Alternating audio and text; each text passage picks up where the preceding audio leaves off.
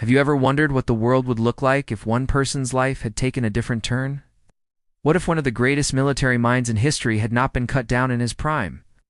Today, we explore a fascinating question.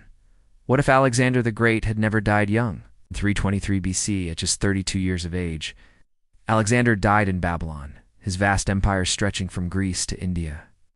His sudden death plunged his world into chaos, with his generals, the Diadochi, carving up the empire for themselves in decades of war. But what if he had recovered from his fever? What if he lived for another 20 or 30 years? The course of history would have been profoundly and unrecognizably altered. Let's imagine the scene. It's 323 BC, and Alexander, having recovered his health, turns his attention back to his plans for conquest. Historical sources, like the writings of Diodorus Siculus, tell us he had grand ambitions. His immediate goal was the Arabian Peninsula. This was not just a whim. The campaign was meticulously planned. Alexander had already assembled a massive fleet and army, ready to secure the lucrative trade routes that brought spices and incense from the east. A successful conquest of Arabia would have filled his coffers and consolidated his empire's southern flank. With the wealth of Arabia under his control, Alexander's power would have been absolute. The resources would have funded even grander projects and larger armies, making his position unassailable. His next logical target would have been the Western Mediterranean. The rising powers of Carthage and Rome would have been directly in his sights. Carthage, a formidable naval power with a vast commercial empire, would have been a tough opponent. However, Alexander's military genius was unmatched. He was a master of combined arms tactics, logistics, and siege warfare. He had taken down the mighty Persian Empire. It's highly probable he would have found a way to defeat Carthage. Imagine Alexander's phalanxes and companion cavalry, clashing with Carthaginian mercenaries and their famed war elephants. The Punic Wars, which shaped the Roman Republic, might never have happened in the way we know them. Instead, it would have been a Macedonian-Punic conflict. After dealing with Carthage, the fledgling Roman Republic would be next. At this point in history, Rome was a regional power in Italy, not the Mediterranean superpower it would become. Facing Alexander's veteran army, hardened by years of campaigning, Rome would likely have been defeated and absorbed into his empire. The Roman Republic's rise to dominance would have been snuffed out before it truly began. The world would never know figures like Julius Caesar or Augustus. So, by around 300 BC, we could be looking at an empire that stretches from the Strait of Gibraltar to the Indus River. A single, unified Hellenistic superpower dominating the known world. But conquest was only one side of Alexander. He was also a visionary ruler with a policy of fusion, blending Greek and local cultures. He founded numerous cities named Alexandria and encouraged his soldiers to marry local women. Had he lived, this process of Hellenization would have accelerated and deepened.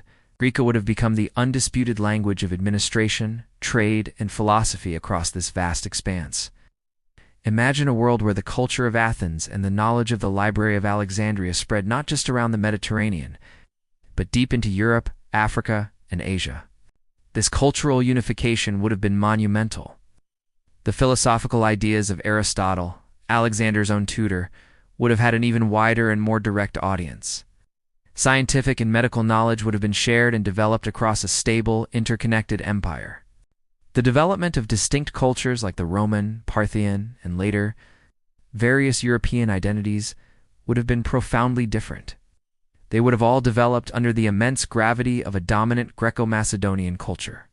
One of the most significant impacts would have been on the spread of religion. The world Alexander left behind was a patchwork of local faiths and Hellenistic mystery cults. A long-lived Alexander might have promoted a syncretic state religion, blending Greek gods with Eastern deities, to further unify his subjects. This would have created a completely different religious landscape for the emergence of Christianity and Islam centuries later.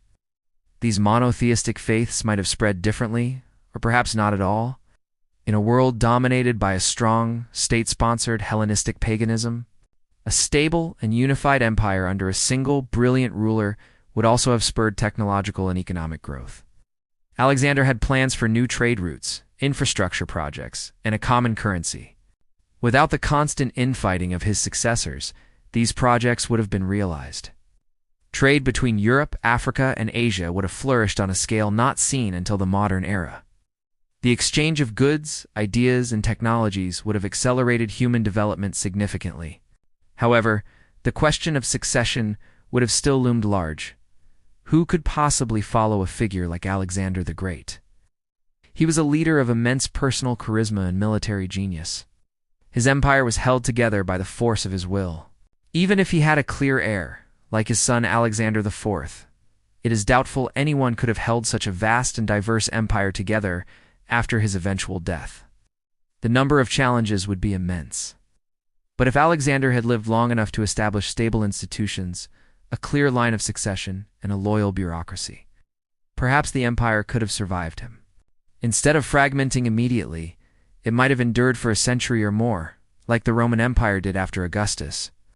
This enduring Hellenistic empire would have been the cradle of civilization, shaping the world in ways we can only dream of. The legacy of a long-lived Alexander is one of a more unified, more connected, and more Greek world. Our languages, our governments, our religions, and our cultures would all be different. The timeline of human history would be rewritten. What do you think?